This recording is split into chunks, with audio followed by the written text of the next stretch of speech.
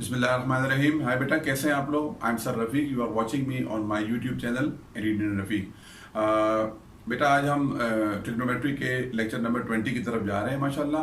और मुझे उम्मीद है कि आप मेरे लेक्चर्स को देख रहे हैं, पसंद भी कर रहे हैं। और इसके अलावा जो अलजबरा का मेरा पूरा सेशन कंप्लीट हुआ है उसको भी देखिएगा। इंशाल्लाह ताला आप ज़रूर उससे फ़ायदा हासिल करेंगे। तो प्लीज़ आइए, हम अपने लेक्चर नंबर 20 की तरफ बढ़ते हैं। Thank you.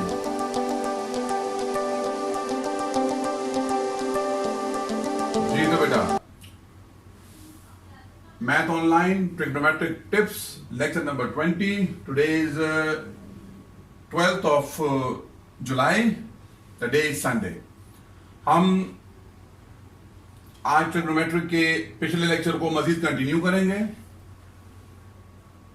हम आज सीखेंगे कि अगर आपको राइट एंगल ट्राइंगल दिया गया हो और उसमें दो एंगल, राइट एंगल ट्राइंगल में ऑब्वियसली एक एंगल 90 का होगा और एक एंगल आपको मालूम हो। फॉर एग्जाम्पल एंगल सी हमें पता है कि वो 40 डिग्री का है। अब हमें एंगल ए मालूम करना है, ठीक है? तो in triangle A B C measurement angle A is equal to theta, जो कि अननोन है, मालूम करना है आपको। Measurement angle B is equal to 90 degree, वो ये वाला एंगल है। और measurement angle C is equal to 40 degree, ठीक है? तो थीटा मालूम करने के लिए, ये वाला एंगल मालूम करने के लिए मैंने आपको बताया था कि sum of all three angles in any triangle is equal to 180 degree. याद है आप लोगों को? यानी angle this one plus this one plus this one, if we add them together we get 180 degree, ठीक है? तो अब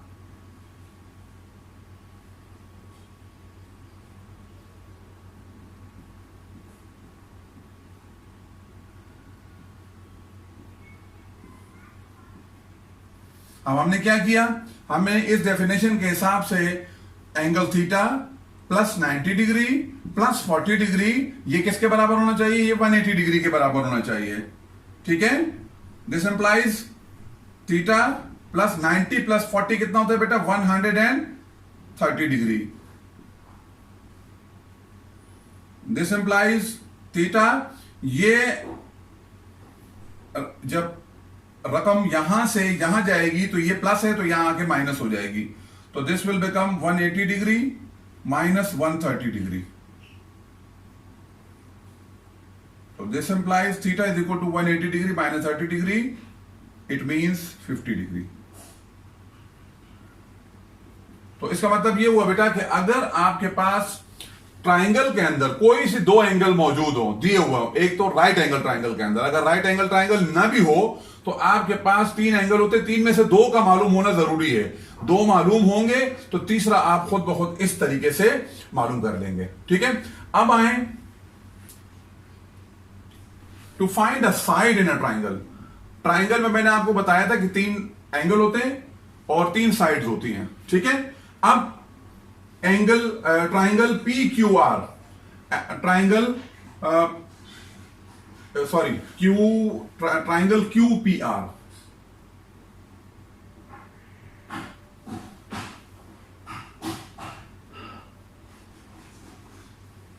ये ट्राइंगल क्यू पी आर आपके सामने है। इसके अंदर आपको अगर हमारा वर्टेक्स ये है और हम इस एंगल को ले रहे हैं थीटा,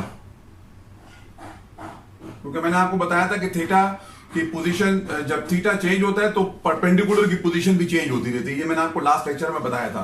तो अगर हम इसको वर्टेक्स लेते हैं और ये थीटा लेते हैं, अज्यूम करते हैं, तो फिर क्या होगा?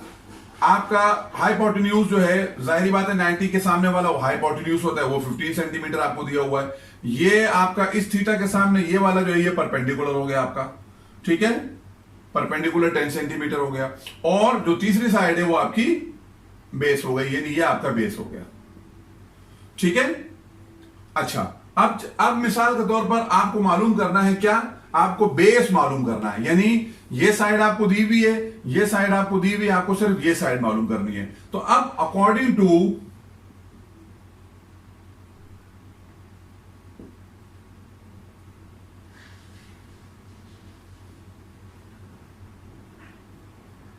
Pythagoras theorem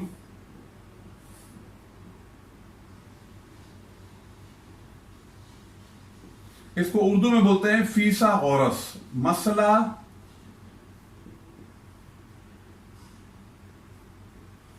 फीसागोरस। इंग्लिश में भी इसको गलत प्रोनाउंस किया जाता है, पाइथागोरस बोला जाता है, हालांकि पाइथागोरस है ये। तो according to Pythagoras theorem, hypotenuse का square is equal to base का स्क्वायर प्लस परपेंडिकुलर का स्क्वायर। इसको समझ ले बेटा, ये मैंने पहले भी आपको फार्मूला बताया हुआ है कि ये जो साइड है जो 90 के सामने, ये हाइपोटेन्यूज है। तो हाइपोटेन्यूज का स्क्वायर इज इक्वल टू, अगर ये थीटा है तो ये परपेंडिकुलर होगा, तो परपेंडिकुलर का स्क्वायर प्लस बेस का स्क्वायर। ठीक है, तो अब पुट द वैल्यूज।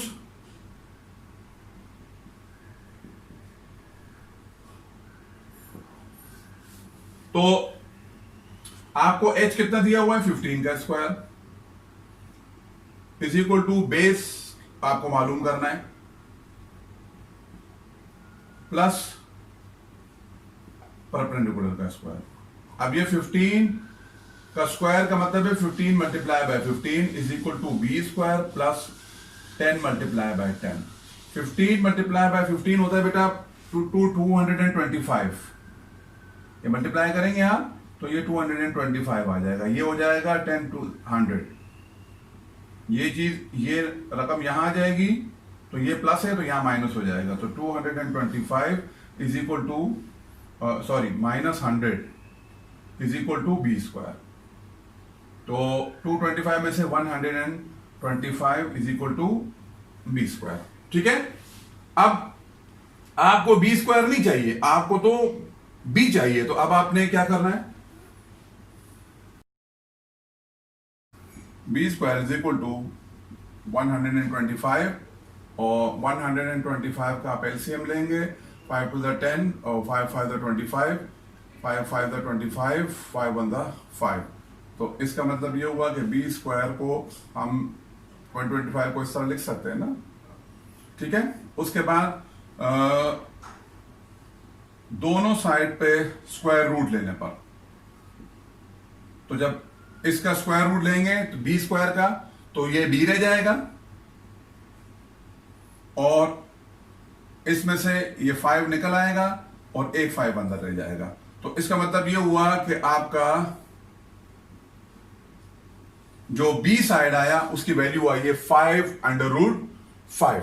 अच्छा, अगर आप मिसाल के तौर पर इस थीटा को नहीं बल्कि ये वाला थीटा लेते हैं तो फिर क्या होगा, फिर जाहिर बात है कि 90 के सामने वाला तो आपको पता है मैंने, वो तो हाइपोटेन्यूज होता है, ये परपेंडिकुलर हो जाएगा आपका और ये बेस हो जाएगा। और जब आप इसको सॉल्व करेंगे बिल्कुल इसी तरीके से, तो आपका आंसर यही आना चाहिए। ठीक है बेटा, तो this was all about lecture number 20। और अगर आपको ये वीडियो पसंद आई है तो प्लीज इसको शेयर कीजिए फेसबुक के ऊपर, और मेरे YouTube पर जाइए, मेरे चैनल एनईडीएन रफीक को तमाम लेक्चर मौजूद है आपके, अलजबरा के भी मौजूद हैं और ट्रिग्नोमेट्री के भी मौजूद है। तो प्लीज मेरे चैनल को लाइक कीजिए और उसको बेल आइकन को जरूर दबाइए, ताकि आपके पास हर नया आने वाला लेक्चर जो है आपको आपके पास मौजूद हो। थैंक यू वेरी मच जी, बहुत शुक्रिया आप लोगों का। अस्सलाम वालेकुम।